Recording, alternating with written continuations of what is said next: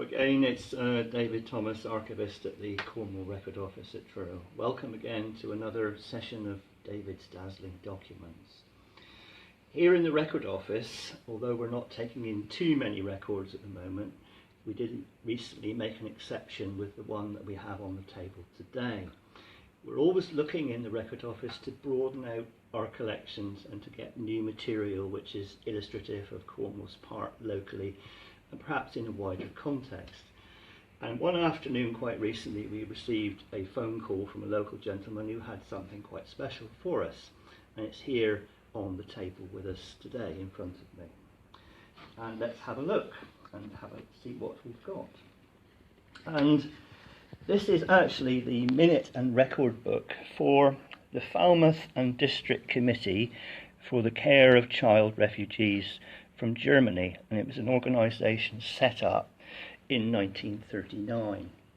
And it's interesting that it was set up to actually help Jews who were fleeing Nazi Germany in the period in the late 1930s.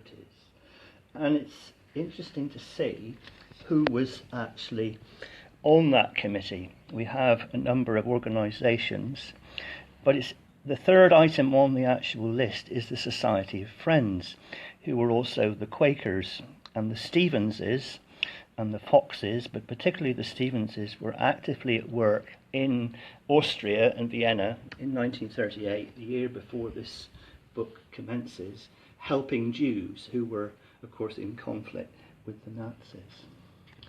And if we turn on into the book, we can actually see the objects of the committee shall be in general to promote and assist the work of the movement for the care of children from Germany, Interaid Committee, and in particular the placing of the refugee children in suitable public, semi-public or private homes, providing where necessary education and occupational training, and the raising of sufficient funds to defray the costs and expenses incidental thereto.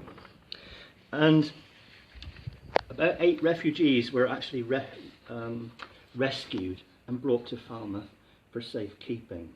And their names, they all have an entry page in the volume, were Bella Barker, Gertie Gutfreund, Liesel Gutfreund, Lotte Kafka, Thomas Muller, Inga Pollack, and her sister Lotte Pollack, and Ilsa Rosendorf.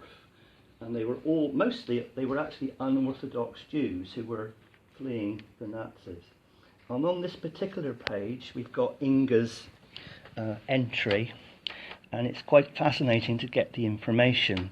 We have her name, obviously, her sex, and her date of birth. But we also have her father, Walter Pollack, who was a cloth merchant representative in Vienna, and he was described as a religious and unorthodox Jew. And we can also see where they were placed in care in Falmouth, the dates they came to England and the dates they arrived at the host family actually in Falmouth. And a lot of these children were actually educated in Falmouth in the local schools.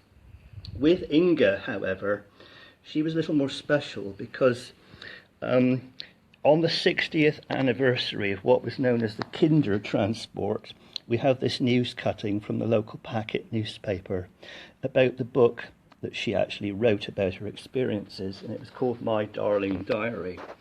And she had a very personal connection with it. Although she was reunited with her father after the war, her mother was captured by the Nazis and shot in Minsk, although she was reunited with him. And she wrote about all of her experiences. And it was a very, very sad tale, which initially she didn't wish to write, but she felt it was so worth sharing with the rest of the world that eventually she did write it down in 1999. And then another of the people that came, Ilsa Rosendorf, she was born in 1926, and she was actually from Berlin, in Grunwald, Königsallee 11, in Berlin itself, right in the centre of the Nazi Empire. Again, she was an unorthodox Jewish person, and she came direct, not through London in this instance, and she came to Falmouth There were reports about her in March 1939.